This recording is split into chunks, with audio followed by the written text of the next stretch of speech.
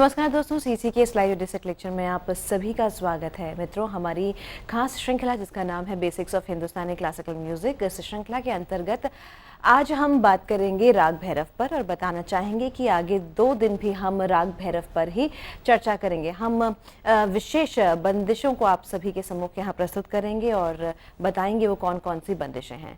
आज के इस सेशन में हम 3 ताल की बंदिशों के बारे में बात करेंगे और उसमें आलाप और पलटें आपको समझाएंगे। बताना चाहेंगे कि इस खास सेशन के लिए एक बार फिर से हमारे साथ हमारे स्टूडियो में मौजूद हैं डॉक्टर सरिता पाठक यजुर्वेदी। डॉक्टर सरिता पाठक यजुर्वेदी भारती कॉलेज के संगीत विभाग में एचओडी हैं।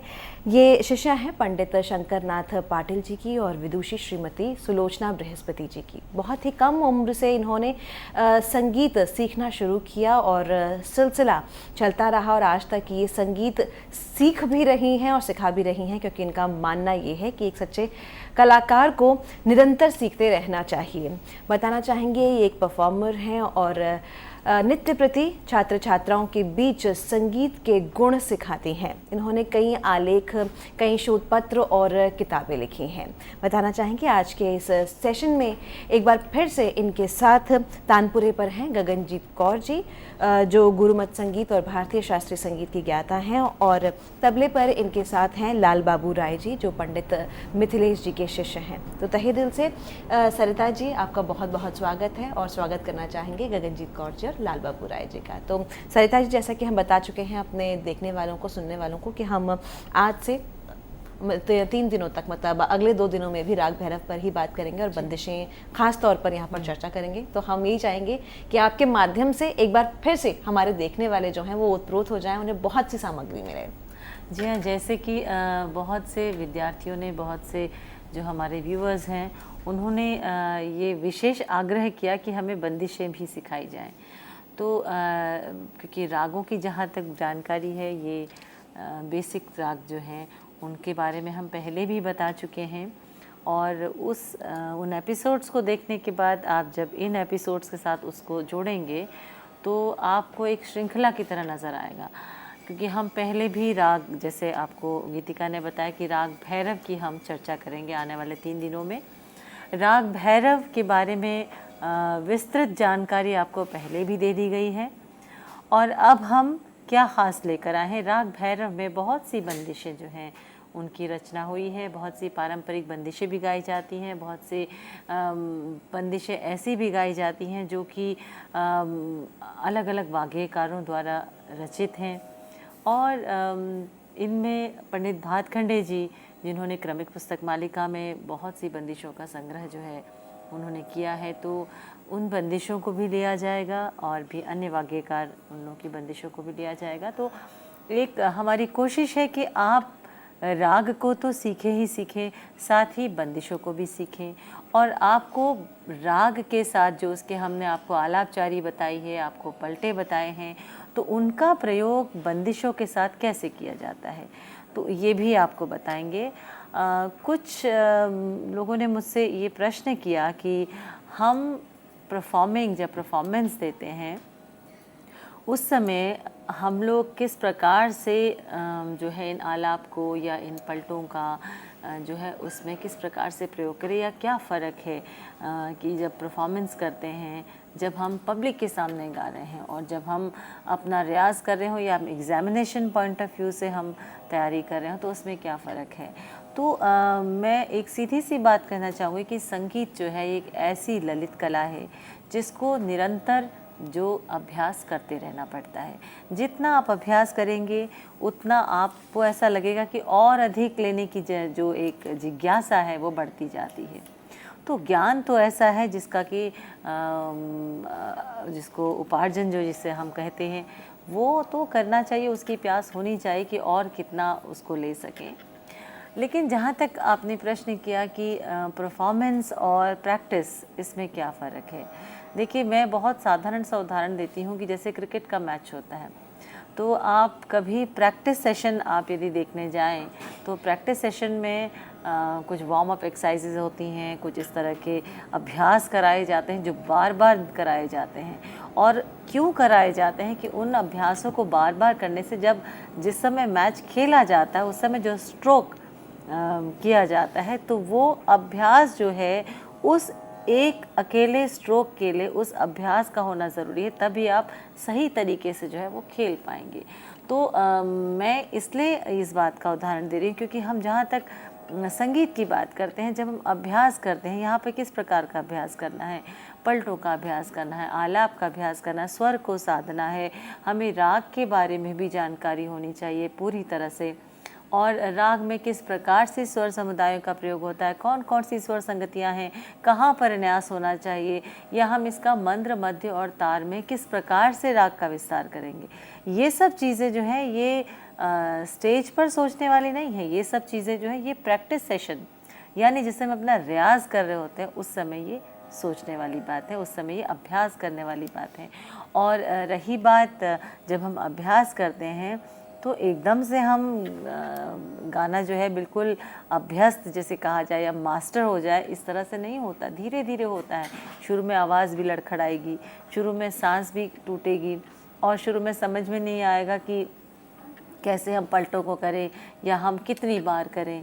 तो ये सब चीज़ें आप जैसे जैसे अपना रियाज़ करेंगे वैसे वैसे आपकी आवाज़ में चेंज आता जाएगा, और आपको जो है एक कुछ समय तक आपको याद करना पड़ेगा, उसके बाद आपको याद नहीं करना पड़ेगा, उसके बाद आपका स्वतः आपकी इमेजिनेशन, आपकी क्रिएटिविटी जो है वो सामने आना शुरू हो जाएगी, और आपको अपने गायन में अधिक से अधिक आनंद आना शुरू होगा। और जैसे भी कहते हैं कि पहले गाना स्वयं को अच्छा लगना चाहिए, उसके बाद ही जो है श्रोता उसका आनंद उठा पाते हैं। तो बिल्कुल सही बात है, इसको आप अभ्यास करके देखिए।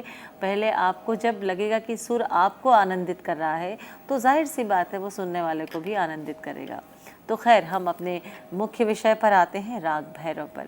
राग भैरव जैसे कि बताया गया कि प्रातःकालीन राग है, आप सभी को मालूम है। सुबह के समय जब अभ्यास किया जाता है तो राग भैरव को ही लिया जाता है। राग भैरव को एक बेसिक राग जो है माना जाता है। प्रातःकालीन जितने भी राग गायन किए जाते हैं उसमें सबसे पहले भैरव का ही अभ्यास किया जाता है। वैसे राग और भी हैं, प्रातःकालीन यदि हम कहते हैं कि और भी राग हैं जो सुबह गाए जाते हैं या जिनका अभ्यास होना चाहिए, लेकिन जैसे हम कहते हैं कि स्वर की जो साधना की जाए या जिस प्रकार से हम फर्स्ट सबसे पहले जो हम रियाज के लेते हैं उसमें राग भैरव को लिया जाए तो वो सबसे उपयुक्त होगा। इसी प्रकार से शाम को जब रियाज करते हैं तो राग यमन को लिया जाता है। तो ये बेसिक राग हैं, इन रागों को जानना जो है वो परम आवश्यक है। और जैसे मैं कहती हूँ, एक साधे सब सधे, सब साधे सब जाए, एक को साधना करें तो बाकी राग आसान हो जाते हैं। हम राग भैरव को गाएं तो हमारा, क्योंकि भैरव एक संपूर्ण जाति का राग है, संपूर्ण जाति का राग यानी सभी सातों स्वर आते हैं इसमें, और इसमें ऋषभ और धैवत कोमल है। दूसरी तरफ राग भैरव एक ऐसा राग है जो कि मंद्र, मध्य और तार, जिसमें तीनों का विस्तार किया जाता है। तीनों यानी तीनों सप्तकों में राग विस्तार किया जाता है। और हम जब मंद्र का रियाज कर रहे हैं तो हम राग भैरव को गाएंगे तो जाहिर सी बात है कि मंद्र में भी अच्छा रियाज होगा, मध्य सप्तक और तार सप्तक। तो एक तरह से गले की प्रैक्टिस के लिए हम जो कहते हैं कि आवाज़ को बनाना है हमने, या हम जैसे हम कहते हैं कि एक्सरसाइज करते हैं अपने शरीर को ठीक रखने के लिए, हम व्यायाम करते हैं, तो कुछ इस प्रकार के आसन हैं, कुछ इस प्रकार के अभ्यास है जिनको कि करना ज़रूरी है जिससे कि हमारी बॉडी फिट रह सके। उसी प्रकार से गायन में या वादन में या संगीत की जहाँ तक बात करते हैं हिंदुस्तानी शास्त्रीय संगीत की, तो उसमें ये राग भैरव जैसे राग जो है वो अति आवश्यक है इनका अभ्यास करना, क्योंकि हम इसमें मंद्र में भी जा रहे हैं, मध्य में भी जा रहे हैं और तार में भी जा रहे हैं, तो तीनों सप्तकों में पूरा विस्तार हो रहा है। तो हम जब इसको गाते हैं तो गला, मैं बार बार कहती हूँ कि मंद्र सप्तक पे अधिक रियाज करें तो मंद्र में गला अच्छा हो रहा है, गले की प्रैक्टिस हो रही है, बार बार मंद्र सप्तक का प्रयोग हो रहा है। फिर हम धीरे धीरे आगे बढ़ते हैं तो मध्य सप्तक पर आते हैं, और धीरे धीरे जब आगे बढ़ेंगे तो तार सप्तक पर आते हैं। इसी प्रकार से जो पलटे हैं या जो ताने बनती हैं आगे जाके इन पलटों से, उनको भी हम मंद्र, मध्य और तार में उसका अभ्यास कर सकते हैं। और सपाट की ताने, जैसे पहले कहा जाता है कि पहले हम अलग तरह की जो अलग अलग ताने होती हैं उनको प्रयोग नहीं करना चाहिए, पहले सपाट पलटा यानी जो सीधा सीधा जा रहा है, सारे गामा पधा नीसा नीधा पामा गरेसा, इस प्रकार से जो बिल्कुल सीधा सीधा जा रहा है, जिसमें कोई एक साधारण शब्द में कहूँ कि कोई डिज़ाइन नहीं है, कोई पैटर्न नहीं है, जिसमें एक बिल्कुल सहज सीधा जो जा रहा है।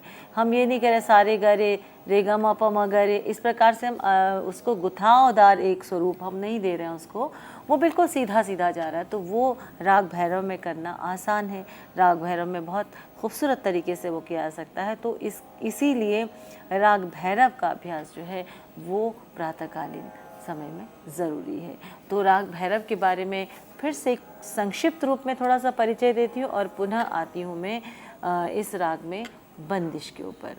तो जैसे कि प्रातःकालीन राग है, यह आपको सर्वविदित है आप सभी को, और इसका जो ठाट है वो भी भैरव है, यानी ये भैरव फैमिली को बिलोंग करता है। एक प्रश्न आया कि आश्रय राग जो है वो क्या है। तो आश्रय राग ये भी एक संगीत की टेक्निकल टर्म है। मैं एक बहुत सिंपल तरीके से बताती हूँ कि पहले बहुत सारे राग थे। जब रागों के बारे में जब उनका उदय हुआ तो बहुत से राग बने, रागों में से राग बने, रागों के मिश्रण से और भी राग बने। बिल्कुल सिंप्लीफाई वे में आपको समझा रही हूँ। उसके बाद उन रागों को कैसे याद रख सकते हैं, बहुत से हज़ारों राग हैं, इनको याद नहीं रखा जा सकता। तो कुछ कैटेगरीज बनाई गई। तो पंडित वेंकट मखी ने जो दक्षिण के बहुत बड़े संगीतकार थे, विद्वान थे, उन्होंने 72 मेलों में जो है, यानी मैं कहूँ कि 72 कैटेगरीज में, 72 कॉलम्स कह दीजिए आपको, उसको सिंप्लीफाई वे में, उसमें इन सभी रागों को उन्होंने डिवाइड किया। तो इनमें से 19 जो मेल थे वो प्रयोग में थे, लेकिन बाकी भी एग्जिस्ट करते थे, जिसमें अलग अलग स्वरों के जो कॉम्बिनेशंस हैं वो अलग अलग दिए हुए थे। तो इस कैटेगरीज में यानी 72 मेलों में रागों को डिवाइड कर दिया गया। तो अब मैं बिल्कुल साधारण से विद्यार्थी के लिए 72 मेलों को भी याद करना बहुत मुश्किल है। तो ये समस्या फिर भी बनी रही। बहुत आगे चलकर आधुनिक समय में पंडित भातखंडे जी ने 10 मेल यानी 10 थाट जो है विधि जो थे इसको इंट्रोड्यूस किया, जिसमें कि 10 जो ऐसे ठाट ले लिए गए, ऐसी फैमिलीज ले ली गई जिसमें सभी रागों को कैटेगराइज कर दिया गया। यानी रागों को इस राग में देखा, इस राग में ये स्वर कोमल है और बाकी सब शुद्ध है तो उसको ए कैटेगरी में डाल दिया, इसमें ये तीव्र है दूसरा कोमल है तो उसको बी कैटेगरी में डाल दिया। इस प्रकार से 10 कैटेगरीज यानी 10 जो हैं वो मुख्य ठाट जो हैं उनको उन्होंने इंट्रोड्यूस किया। तो ये जो मुख्य थाट थे इसमें उन्होंने एक पैटर्न दिया कि सपोज़ करो सबसे पहला थाट सपोज़ हम लेते हैं कि भैरव ठाट है, अभी हमने उसको भैरव नाम भी दिया, हम उसको थाट 1 या थाट ए लेते हैं। तो वहाँ पर उसमें उन्होंने कहा कि इसमें रे और ध जो है वो कोमल होना चाहिए। तो रे और ध कोमल ये कंडीशन है थाट ए की। थाट बी की कंडीशन है कि इसमें सारे स्वर जो हैं वो शुद्ध हैं लेकिन मध्यम इसमें तीव्र ले लेते हैं। तो उन्होंने कहा इसका नाम दे देते हैं कल्याण ठाट और उसका नाम दे दिया भैरव ठाट। तो इस प्रकार से उन्होंने कहा एक ऐसी कैटेगरी लेते हैं जिसमें सारे स्वर जो हैं वो शुद्ध हैं, तो उन्होंने कहा इसका नाम दे देते हैं बिलावल थाट। तो अब इस प्रकार से 10 अलग अलग थाट जो हैं बनाए। लेकिन कुछ ऐसे अब इन थाटों के अंतर्गत जो है रागों को डिवाइड कर दिया गया। तो जो ये डिवीज़न हो रहा था तो जितने राग कैटेगरी ए या कैटेगरी बी या कैटेगरी 3 में डिवाइड हुए उनमें से उन्होंने देखा कि कौन सा ऐसा राग है जो उस थाट के जो स्वरूप है उससे बिल्कुल मैच करता है। तो वहाँ देखा कि राग भैरव एक ऐसा राग है जो कि कैटेगरी ए उसके स्वरों से बिल्कुल मैच करता है। हमने कैटेगरी ए में सपोज़ रे और ध को कोमल हमने माना, यानी सातों स्वर, ये कंडीशन है कि थाट में सातों स्वर जो है वो होने अनिवार्य है। तो सातों स्वरों में देखा कि कैटेगरी ए में रे और ध जो है वो कोमल है। तो उन्होंने देखा भैरव राग में भी ये कोमल है, तो उन्होंने भैरव के ही नाम से कैटेगरी ए का नाम दे दिया। इन्होंने बोला कि ये जो थाट है इसको हम भैरव थाट के नाम से जानेंगे। तो राग भैरव जो वो आश्रय राग हो गया। इसी प्रकार से उन्होंने देखा कि कैटेगरी बी में जो है सारे जो बनाई कैटेगरी बी उसमें सारे स्वर शुद्ध हैं, मध्यम तीव्र है। तो वहाँ पर उन्होंने देखा कि इस राग के इस कैटेगरी में हमने जितने भी राग डाले जो कि इस पैटर्न को सूट करते हैं, उसमें हमने जितने भी राग डाले उसमें देखा कि राग एमन जो है वो उसके जो स्वर हैं वो इस कैटेगरी की कैटेगरी बी से बिल्कुल तुलना खाते हैं। तो उन्होंने क्या किया कि राग एमन, जिसको कि कल्याण भी कहा जाता है, उस नाम से उस थाट का नाम रख दिया। एक और कैटेगरी देखी जिसमें कि उन्होंने सारे स्वर जो हैं वो शुद्ध पाए, तो देखा कि राग बिलावल जो है वो इस कैटेगरी को बिल्कुल सूट करता है, बिल्कुल उसकी हूबहू कॉपी लगता है जिसे। तो उन्होंने इस राग बिलावल के ही नाम पर ठाट बिलावल दे दिया। तो आश्रय राग अब आपकी समझ में आया होगा कि आश्रय राग क्या है। तो मैं ये नहीं कह रही कि कैटेगरी ए का नाम भैरवी था, अभी मैं एक उदाहरण के तौर पर आपको दे रही हूँ ताकि आप उसको आसानी से समझ पाएँ। तो इस प्रकार से 10 जो ठाट हैं, या थाट भी इन्हें कहा जाता है, मेल भी कहा जाता है, इनको जो है पंडित भातखंडे जी ने इनको इंट्रोड्यूस किया हिंदुस्तानी शास्त्रीय संगीत में। और ये इतने पॉपुलर हुए क्योंकि ये एक बहुत ही सहज थे और आसान थे याद करने में। हमारे हाथों की जो 10 फिंगर्स हैं, इनमें हम 10 थाटों को आसानी से याद कर सकते थे। तो और इनके नाम इतने क्लिष्ट भी नहीं थे, इतने मुश्किल भी नहीं थे, क्योंकि रागों के नाम तो ऑलरेडी थे। तो इस प्रकार से ये जो हैं वो 10 जो है थाट वर्गीकरण जो था भातखंडे जी के हिसाब से, उसमें राग भैरव जो है वो भैरव थाट के अंतर्गत आया। अब इसके बाद आप कहीं भी यदि पढ़ते हैं पुस्तकों में, या कोई आपसे कहता है कि थाट भैरव या ये आसावरी थाट या पूर्वी थाट, तो अब आप ये कन्फ्यूजन में आप कभी नहीं आएंगे कि राग पूर्वी भी है और थाट पूर्वी भी है, तो व्हाट इज़ द डिफरेंस। तो ये जो चीज़ें हैं आपको समझ में आएंगी। और एक बात बताना चाहूँगी कि जो थाट और राग में है, इसमें डिफरेंस होता है। थाट के लिए 7 स्वरों का होना ज़रूरी है। थाट में जो पैटर्न है, सपोज़ हमने इस अमुक थाट में हम कहते हैं कि सारे स्वर शुद्ध होते हैं, तो राग में ये ज़रूरी नहीं कि सारे स्वर शुद्ध होंगे। राग में उसका कुछ ऐसे भी राग होंगे जिसमें शायद कोमल निषाद का प्रयोग हो रहा, बाकी सारे स्वर शुद्ध हैं। जैसे कि बिलावल थाट के अंतर्गत अलैया बिलावल राग आता है, जिसमें कि कोमल नी का प्रयोग होता है और सभी स्वर शुद्ध हैं, लेकिन एक विशेष स्वर संगति के अंतर्गत कोमल नी का प्रयोग होता है। तो हम उसको कहें कि भाई ये खमाज थाट में डाल दीजिए क्योंकि इसमें कोमल नी, ऐसा नहीं होता। राग के चलन के हिसाब से भी देखा जाता है और राग में कौन से स्वर हैं। तो यहाँ पर आप कन्फ्यूजन जो है बिल्कुल भी आपको नहीं होनी चाहिए। तो बहरहाल हमने बात की कि थाट भैरव के अंतर्गत भैरव आता है, राग भैरव आता है। इसका समय प्रातःकालीन इसको गाया जाता है और ये एक गंभीर और शांत प्रकृति का राग है। आप सुबह के समय देखिए, समय कैसा होता है, बिल्कुल शांत गंभीर होते हैं हम सुबह। तो उसी प्रकृति, उसी तरह का जो एक स्वभाव है वो इस राग का है।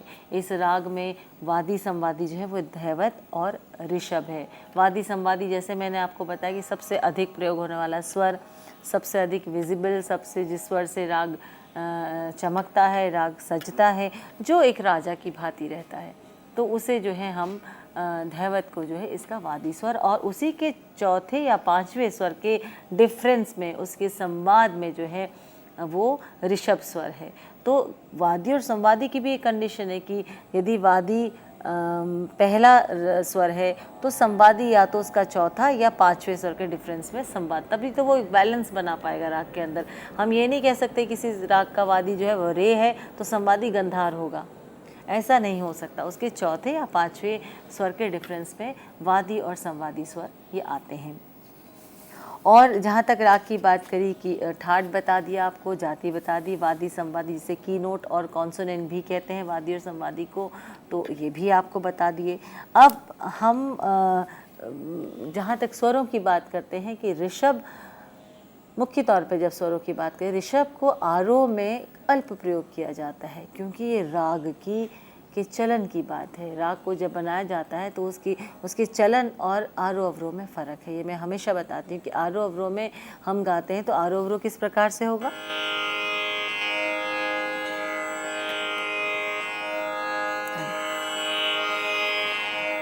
अक्सर ये होता है कि तानपुरा जो है वो थोड़ा सा बिखर जाता है क्योंकि कई बार एयर कंडीशन का फ़र्क पड़ता है, कई बार फ़र्क पड़ता है तारों को किस प्रकार से छेड़ना है, या अन्य किसी और कारण से भी तानपुरा जो है वो बिखर सकता है। तो सबसे पहले हम अपने तानपुरे को ठीक करते हैं और उसके बाद फिर आगे चलते हैं।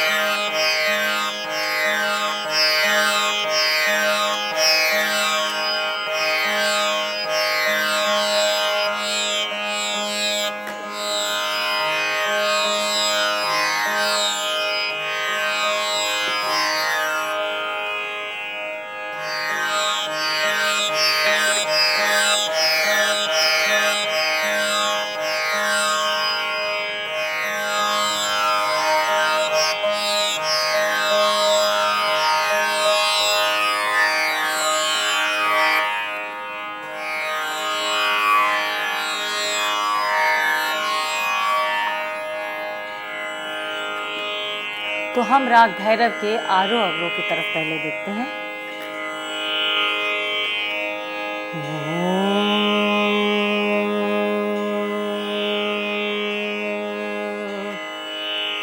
सा रे गा मा पा दा नी सा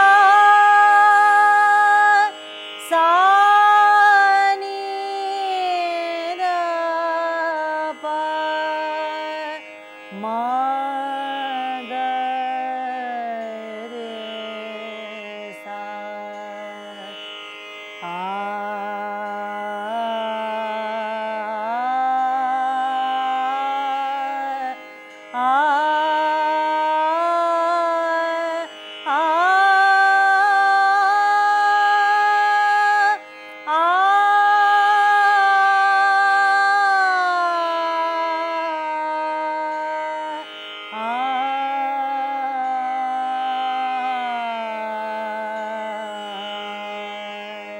तो ये तो थे आरोह और अवरोह। लेकिन जब हम राग के चलन पर जाएंगे तो इसको कैसे गाते हैं?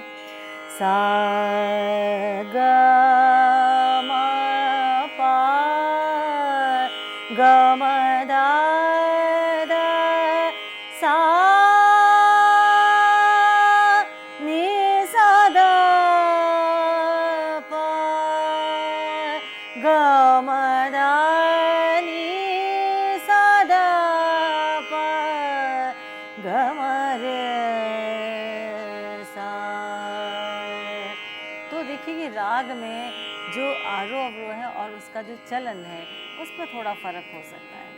तो हम ये जो मैंने आपको इससे पहले बताया कि ऋषभ का अल्प प्रयोग होता है आरोह के समय, लेकिन उसको अवरोह में बिल्कुल वर्जित नहीं कर सकते। सा गा म रे सा, तो यहाँ पे ज़रूरी है अक्सर, बहुत अधिक नहीं लेकिन अक्सर जो है आरोह में सा गा म रे सा गा म पा, तो इस प्रकार से ऋषभ को वहाँ पर छोड़ते हुए आगे बढ़ते हैं। भैरव गाते समय जो है जब हम इसकी जो ख़ास आइडेंटिटी जो कहा जाए, जो पकड़ इसकी जो है वो फ्रेज़ जो है वो इस प्रकार से होगा। ग म दा पा ग म रे सा ग म रे सा। तो मध्यम से ऋषभ पर मींड के साथ आना, ये भी एक बहुत बड़ी खास बात है। और जहाँ पर भी ये फ्रेज़ प्रयोग होता है, ये स्वर समुदाय प्रयोग होता है, हम कह सकते हैं भैरव अंग आ रहा है। ग म रे सा, कहीं पर सिर्फ यही प्रयोग होता है, हम कहते हैं भैरव अंग आ रहा है। ग म दा पा ग म रे सा, ये इतने से जो है स्वरगुच्छ को सुनने के बाद आराम से जो है राग भैरव जो वो पहचान में आ सकता है। अब हम चलते हैं बंदिश की तरफ। बंदिश जो आपको बता रहे हैं ये 3 ताल की बंदिश है राग भैरव की। इसके बोल हैं, पहले हम बंदिश के साहित्य को जानते हैं। प्रभु दाता सबन के, तू रट रे मन घड़ी पल छिन। हिंदुस्तानी शास्त्रीय संगीत में जब हम गाते हैं तो घड़ी पल छिन या कण या इस प्रकार से जो हार्श वर्ड्स होते हैं इनको हम ऐसे नहीं बोलते, हम उसको घड़ी पल छिन के अक्सर ब्रज भाषा में जो है बंदिशें लिखी जाती है। ब्रज भाषा में जैसे कि दही नहीं बोला, दधी बोला जाता है, तो इस प्रकार से भाषा में भी जो है उतना कठोरता नहीं आनी चाहिए, उसमें थोड़ा सा सॉफ्टनेस जो है वो ज़रूरी है। तो हम घड़ी पल छिन नहीं बोलेंगे, हम घड़ी पल छिन। अंतरा है जो तू चाहे दूध पूत अन धन लक्ष्मी मानवा को नाम ले वाके रब को नाम ले। तो बहुत ही खूबसूरत बंदिश है कि सभी के दाता जो हैं वो प्रभु हैं, उनके नाम को हमेशा रटना चाहिए, यानी उनका नाम का स्मरण सिमरन हमेशा करते रहना चाहिए। यदि तुम्हें जीवन में किसी प्रकार की भी, चाहे दूध पूत अन्न धन लक्ष्मी, किसी भी प्रकार की तुम्हें इच्छा है, आकांक्षा है, तो उस ईश्वर का नाम लो, उस प्रभु का, उस रब का नाम लो और आपकी सारी इच्छाएं जो हैं वो पूरी करेंगे। तो ये इस बंदिश का साहित्य है। साहित्य को जानना भी बहुत ज़रूरी है। और क्यों ज़रूरी है? क्योंकि उसके बाद जो है हम जब गाते हैं तो भाव की अभिव्यक्ति में जो है चार चांद लगते हैं। तो अभी हम आपको पहले इसको गाकर बताते हैं बंदिश कैसी है, और फिर हम आपको ये बंदिश सिखाते हैं। आना प्रभु दाता सबन के, प्रभु दाता सबन के, तू रटरे मन घरी पलछिन, प्रभु दाता सबन के, प्रभु दाता सबन के, तू रटरे मन घरी पलछिन, प्रभु दाता सबन के, प्रभु दाता सबन के।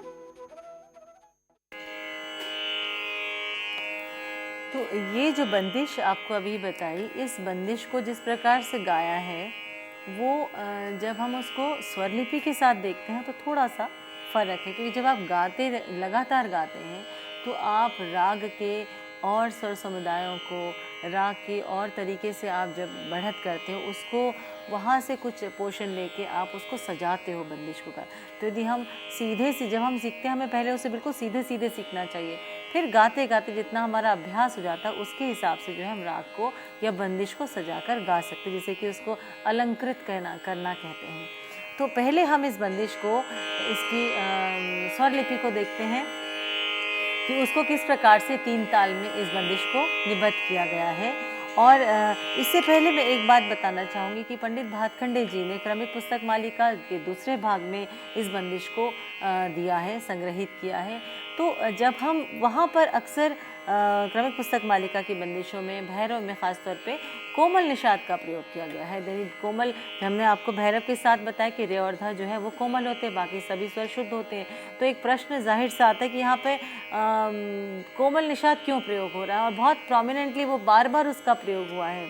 तो ये जब उन्होंने बंदिशें जब संग्रहित की होंगी तो ये उस समय क्या चलन रहा होगा, ये शायद उससे ही संबंधित होगा। इस कंट्रोवर्सी में न पढ़कर हम सिंपल लेते हैं, जब विद्यार्थियों को सिखाया जाता है तो उसमें कोमल धैवत और कोमल निषाद, हाँ कभी कभी खूबसूरत थोड़ा सा कण की तौर पे जो है निषाद लग जाता है, लेकिन इतना प्रोमिनेंट आप न लगाकर यदि उसको आप पहले सहज जैसा राग है उसके हिसाब से गाएं तो ज़्यादा आसान होगा, क्योंकि कोमल नी लगाते ही जो है आपको रामकली राग जो है उसकी छवि आपको आने लगेगी और आपका कन्फ्यूजन जो है वहाँ पर बढ़ जाएगा। तो इसको सीधे से हम कोमल निषाद न करके उसको हम कोमल धैवत करके ही हम उसको गाते हैं। प्रभु दाता सबन के पमरे रे सारे नि समा पमरे रे सारे नि सा मा रे मा पा पद सा ध नि ध प। यहाँ ये भातखंडे जी ने दिया है, लेकिन हम इसको इस प्रकार से भी गा सकते हैं, रे मा प पद सा ध ध प। प्रभु दाता सबन के,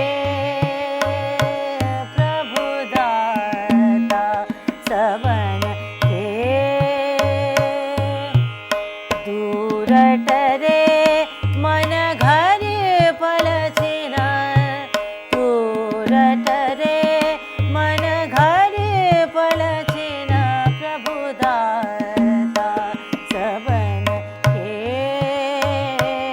पमरे सारे नि सा मा ग मा, ये भी कर सकते हैं। प्रभु दाता सबन के,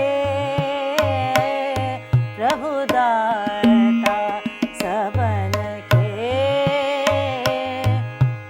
दूर टरे मन घर पलछिन, प्रभु दाता सबन के पमरे सारे नि सा मा। अंतरा देखिए, प प द नि सा सा सा सा सा सा सा, जो तू चाहे दूध पूताना, प प द नि सा सा सा सा, प प द नि सा सा सा सा सा, जो तू चाहे दूध पूताना, द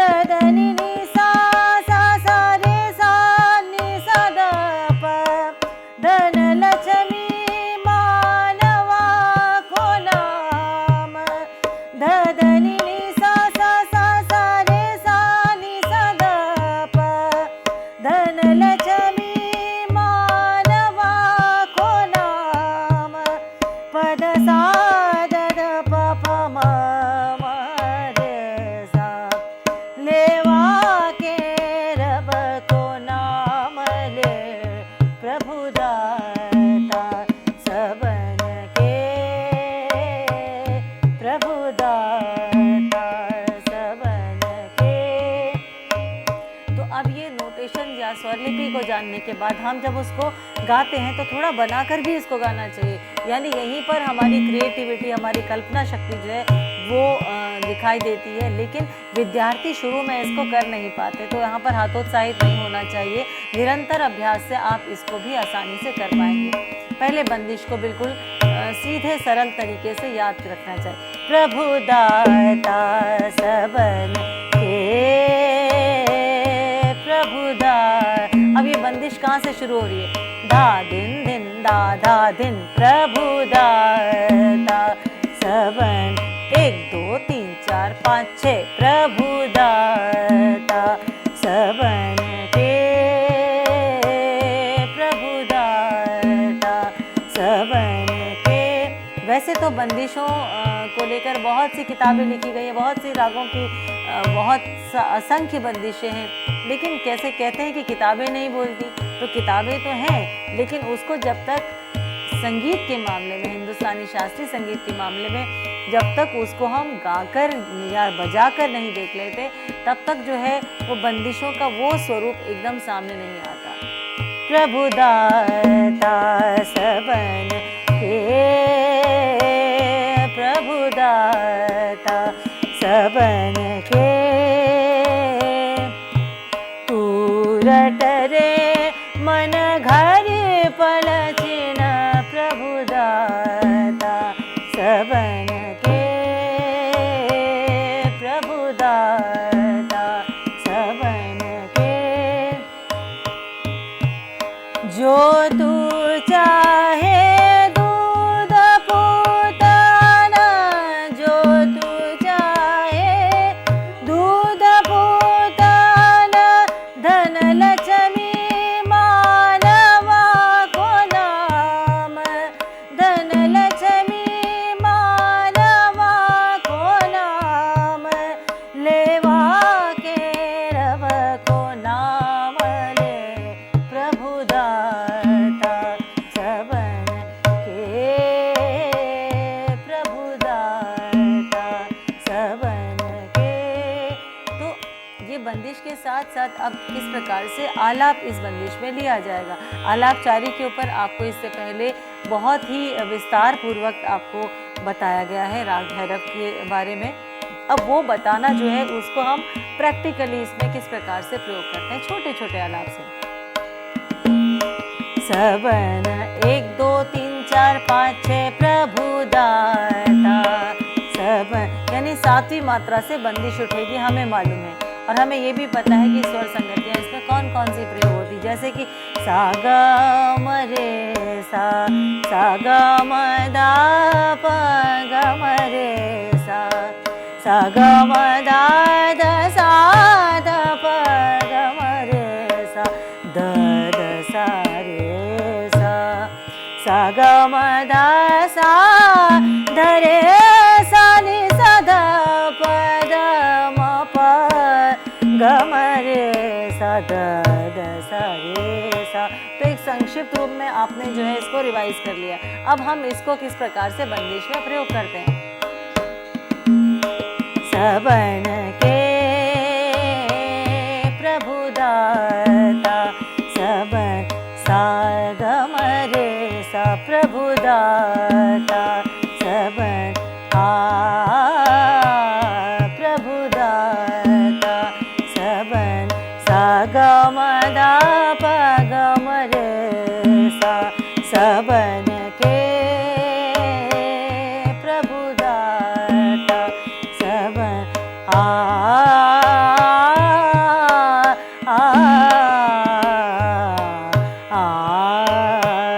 प्रभु दाता सबन, यानी 16 मात्रा का चक्र तो चल ही रहा है।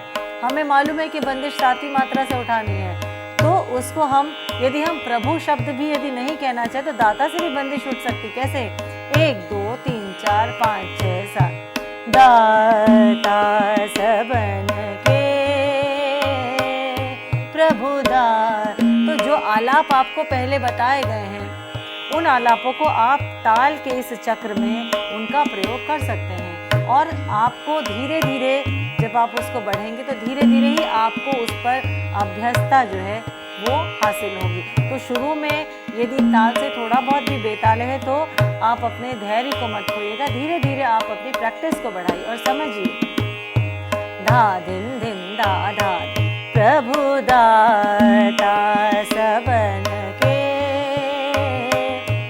सा ग म दा दा, ग म दा पा प दा म पा, ग म रे सा, प्रभु दाता सबन के,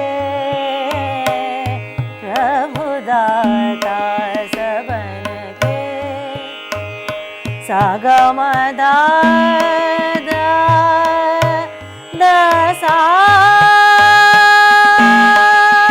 नि सा द प, ग म दा द द नि नि सा ध रे सा नि सा द प, ग म दा प, ग म रे रे सा, प्रभु दाता सबन के, प्रभु दाता सबन के। अब आलाप तो आपको करना आ गया, आपको पहले आलापचारी के ऊपर जो लेक्चर दिया है उसको भी आप ज़रूर रिवाइज करिए। अब हम इसको बंदिश में कैसे प्रयोग कर रहे हैं, और अक्सर आपने देखा होगा कि बोलों को यानी बंदिश के बोलों को लेकर जो जब कलाकार गाता है तो वो बंदिश के बोलों का प्रयोग करता है। तो ऐसे बोलों को लीजिए जो कि गाने में इजी हो, यानी हम कहते हैं दीर्घ मात्रा के हों या जिसमें वॉवल साउंड आता हो, तो उसको लेके गाने में बहुत आसानी होती है। कैसे, हम यदि प्रभु की जगह दाता लेते हैं तो दाता में आ की मात्रा, बड़े आ की मात्रा, तो बहुत आसानी होती है। सबन के प्रभु दाता, दाता सबन के, तो के में भी एक ही मात्रा है और ये गाने में बहुत आसान है, तो इसीलिए आ या एक ही मात्रा जो है इस पर ध्यान देना चाहिए। सबन के दाता, दाता सबन के, प्रभु दाता, दाता सबन के, प्रभु दाता सबन के। अब जब मैं शब्द की बात करती हूँ तो मैंने आप सीखा कि दाता को बढ़िए और के को बढ़िए, तो क्योंकि इसमें आ की मात्रा है, एक ही मात्रा है, लेकिन यदि हम दाता और के को बढ़ेंगे तो अर्थ का भी हमें ध्यान रखना है, साहित्य का भी ध्यान रखना है। तो हम प्रभु दाता इसको हम थोड़ा अल्प प्रयोग करेंगे, लेकिन करेंगे ज़रूर, तभी उस पूरी पंक्ति का जो एक अर्थ बनता है। प्रभु दाता सबन के, यदि प्रभु सुनने में उतना मधुर नहीं लगेगा, प्रभु दाता, तो प्रभु शब्द ही भी प्रयोग हुआ है और दाता में बढ़त हो रही है। दाता सबन के, दाता प्रभु दाता, दाता सबन के, प्रभु दाता सबन के, प्रभु दाता सबन के। तो इस चीज़ का ख़ास तौर पे ध्यान रखना है। और ताल जो है पहले शुरू में हम लोग को थोड़ा ताल देखनी पड़ेगी, क्योंकि ताल जो है उसको एकदम से उस पर क्या कहना चाहिए कि अधिकार रहना या उसको पूरी तरीके से मास्टर कर लेना वो एकदम स्वाभाविक नहीं है। कभी हम खाली पे भी दिखाएंगे अपना मुखड़ा, कभी हम जहाँ सम है वहाँ पे खाली दिखा देंगे, तो ये स्वाभाविक, ये अभ्यास जो है, कहते करत करत अभ्यास के जड़मति हो तो सुजान। तो उसी बात को यहाँ पे कि जितना आप अभ्यास करेंगे उतनी आपको सहजता आनी शुरू हो जाएगी, और एक टाइम ऐसा आता है कि मस्तिष्क में ताल जो है घूमनी शुरू हो जाती है और आप गलत नहीं उठा पाते। सबन के प्रभु दाता सबन के। अब हम इस बात आती है कि इस बंदिश में हम यदि पलटों को लेते हैं, यानी हम तान को बनाएंगे तो तान कैसे बनेंगी। तान में भी आपको पलटे पहले बता दिए गए हैं। अब उन पलटों को यहाँ पर किस प्रकार से हम उसको एक्सरसाइज कर सकते हैं। देखिए, दा दिन दिन दा, प्रभु दाता सबन, सारे गा मा पा धा नि सा नि धा पा मा गा रे, प्रभु दाता सबन, सारे गा मा पा धा नि सा नि धा पा मा गा रे, प्रभु दा। तो जितनी ज़रूरत है उतना ही हमने जो है पलटों में से उतना ही पोर्शन लिया है, क्योंकि हमें इतनी की ही ज़रूरत है। दा दिन दिन दा दा, प्रभु दाता सबन, सारे गा मा पा धा नि सा नि धा पा मा गा रे, प्रभु दाता। अब नि धा पा मा गा रे के बाद यदि हम सा लेते हैं तो कैसे होगा। प्रभु दाता सबन, सारे गा मा पा धा नि धा पा मा गा रे, सा दाता सबन, सारे गा मा पा धा नि धा पा मा गा रे, सा दाता। तो ऐसे भी आ सकते हैं, लेकिन जब प्रभु शब्द बोलते हैं तो बहुत खूबसूरत तरीके से जो है आप मुखड़े को पकड़ते हैं और वो और भी सुंदर लगता है। दिन प्रभु दाता सबन के, प्रभु दाता सबन, सारे गा मा पा धा नि धा पा मा गा रे, प्रभु दाता। आकार में प्रभु दाता सबन, प्रभु दाता।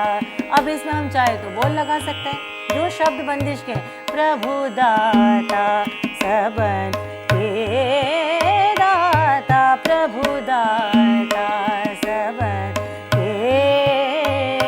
शब्दों को उतना ही लीजिए जो कि उस बंदिश के सौंदर्य को, उसके रस को और उसके अर्थ को बनाए रखता है। यदि हम शब्दों का प्रयोग इस प्रकार से करें ना तो सुनने वालों को उसका अर्थ समझ में आ रहा है और शब्दों को भी ऐसा लगता है कि ज़बरदस्ती हम खींच रहे हैं। इस प्रकार से करने से राग का जो सौंदर्य है, या जो राग की हम बंदिश की बात करते हैं, बंदिश का जो सौंदर्य है वो कहीं पर कम हो जाता है। तो कोशिश करिए कि जिस प्रकार से जो वोवल साउंड है या दीर्घ जो मात्राएं हैं उनको हम आगे बढ़े, उन शब्दों को लेकर ही हम आगे बढ़ते हैं। प्रभु दाता सबन के, अब थोड़ा आगे बढ़े। प्रभु दाता सबन, सारे गा मा पा धा नि सारे गा रे सा नि धा, प्रभु दा, हमने वहीं तक लिया। सबन, सारे गा मा पा धा नि सारे गा रे सा नि धा, प्रभु दाता सबन, प्रभु दाता सबन के, प्रभु दाता सबन, सारे गा मा पा धा नि सारे गा मा पा मा गा, प्रभु दा, वहीं पर छोड़ दी। सबन, सारे गा मा पा धा नि सारे गा मा पा मा गा, प्रभु दाता। मुखड़ा जो है वो बहुत सुंदर तरीके से फुल ऑफ कॉन्फिडेंस होना चाहिए। जब तक आपको कॉन्फिडेंस ना हो आप मुखड़े को मत उठाइए, चाहे छोड़ दीजिए। बाद में अगली बार में जब दोबारा से चक्र का रोटेशन जब दोबारा शुरू होता है उसमें जहाँ से उठाना मुखड़ा वहीं से उठाइए, लेकिन आप उसको गलत जगह से उठाएंगे तो आपको बेताला कहा जाएगा। बेताला का अर्थ होता है जब सही जगह से बंदिश न उठाकर गलत जगह से उठाई जाए तो जाहिर सी बात है सम भी गलत आएगा। तो ऐसे पर कहते हैं कि बेताला होना। प्रभु दाता सबन के, प्रभु दाता सबन, सारे गा मा पा धा नि सारे गा मा पा मा गा, प्रभु दाता सबन, प्रभु दाता सबन के। तो ये तो छोटी छोटी तानें थी जो बिल्कुल सपाट तानें, बिल्कुल सीधी सीधी गई हैं। अब हम थोड़ी सी बड़ी तान लेते हैं जो सपाट हो। सबन के, प्रभु दाता सब, सारे ग रे सा सारे गा मा ग रे सा सारे गा मा पा मा ग रे सा सारे गा मा पा धा पा मा ग रे सा सारे गा मा पा धा नि धा पा मा ग रे सा। सबन के, प्रभु दाता सबन के। फिर से देखते हैं। सारे ग रे सा सारे गा मा ग रे सा सारे गा मा पा मा ग रे सा सारे गा मा पा धा पा मा ग रे सा सारे गा मा पा धा नि धा पा मा ग रे सा सारे गा मा पा धा नि धा, प्रभु दाता सबन के। इससे पहले मैंने तान को ख़त्म करके मैंने इंतज़ार किया और कोशिश की चलिए सबन से मुखड़े को उठाएं, लेकिन यदि आपको मुखड़ा सातवीं मात्रा से उठाना तो आपको उसको तान को समाप्त करके ऐसे जगह पर समाप्त करना कि जहाँ पर आपको लगे कि मुझे मुखड़ा उठाना स्वाभाविक सहज हो रहा है, यानी छठी मात्रा तक आपकी जो तान है ख़त्म हो जानी चाहिए। धा दिन दिन धा। प्रभु दाता सबन सारे गरे सा सारे ग म प म गरे सा सारे ग म प ध प म गरे सा सारे ग म प ध नि सा नि ध प म गरे सा सारे ग म प ध नि सा रे सा नि ध प म गरे सा सारे ग म प ध नि सा रे ग रे सा नि ध प म। प्रभु दाता सबन के, ये अलग अलग तरीके से बताने। अब मुखड़े को आप चाहे तो जब आप गा रहे हैं बंदिश को, तान को चाहे तो खाली से उठाएं, चाहे आप सम से उठाएं, चाहे किसी भी मात्रा से उठाएं, लेकिन सम जो मुखड़ा है वो वहीं से सातवीं मात्रा से उठेगा, नहीं तो खाली से दाता शब्द जो है उठाया जाएगा। दा दिन दिन दा। प्रभु दाता सबन के सारे गरे सा सारे ग म प म गरे सा सारे ग म प ध प म गरे सा सारे ग म प ध नि सा नि ध प म गरे सा सारे ग म प ध नि सा रे सा नि ध प म गरे सा। प्रभु दाता सबन के। सपाट की पलटों को अभ्यास करने के बाद आपसे अपनी ताने बनाना आपके लिए बहुत सुगम और सहज हो जाता है। अब इस चीज़ को थोड़ा सा और वैरायटी देते हैं। धा दिन दिन धा धा। प्रभु दाता सबन के सारे ग म प ध नि सा रे ग रे सा नि ध प म ग रे ग म प ध नि सा रे सा नि ध प म। प्रभु दाता सबन के। प्रभु दाता सबन के। अगला देखिए। सारे ग म प ध नि सा रे ग म प म ग रे सा नि ध प म ग रे ग म प ध नि सा रे ग रे सा नि ध प म ग रे सा। सबन के। प्रभु दाता सबन सारे ग म प ध नि सा नि ध प म ग रे ग म प ध नि सा नि ध प म ग रे ग म प ध नि सा रे ग रे सा नि ध प म ग रे सा। प्रभु दाता सबन के। प्रभु दाता सबन के। तो इस प्रकार से सपाट ताने जो है आप उन पलटों में से बना सकते हैं। अब जब बंदिश को प्रस्तुत करते हैं तो ताने और आलाप दोनों सजा के बनाया जा सकता है, तभी जो है सुनने वाले को रस की अनुभूति होती है, उसको वो भाव जो है आप अभिव्यक्त करने में सफल हो सकते हैं। कैसे? सबन के। प्रभु दाता सबन के। दाता दाता सबना के। प्रभु दाता दाता प्रभु दाता सबन के। दाता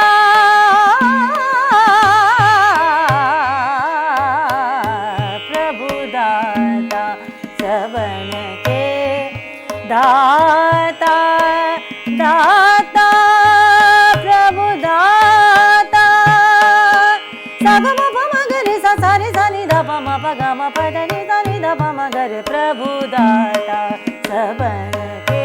वही स्वर हैं, उन्हीं स्वरों को लेके आलाप बनाए जाते हैं, उन्हीं स्वरों को लेके पलटे बनाई जाती है और उन्हीं पलटों से तान आती है। और इन सब को प्रयोग करते हैं जब हम बंदिशों के साथ, तो राग का जो भाव होता है या जो वो साहित्य जिस रस को सामने रखना चाहता है, उसकी निष्पत्ति में हमें पूरी तरह से सफलता मिलती है। तो आप इस बंदिश को गाइए, इसको बार बार अभ्यास करिए और साथ साथ जो आपको पहले के लेक्चर्स में जो मैंने आलाप जारी किए और जो आपको पलटों के जो तरीके बताए उनको अभ्यास करिए और कोशिश करिए कि इस बंदिश के साथ जो है उन आलाप को, उन पलटों को गाया जाए। पलटों में से छोटी छोटी पहले ताने जो है 8 मात्रा की, 16 मात्रा की, उनको पहले अभ्यास, चाहे आप उनको पहले लिख लें, उनको लिख लें पहले, उसके बाद आप थोड़ा थोड़ा गाइए।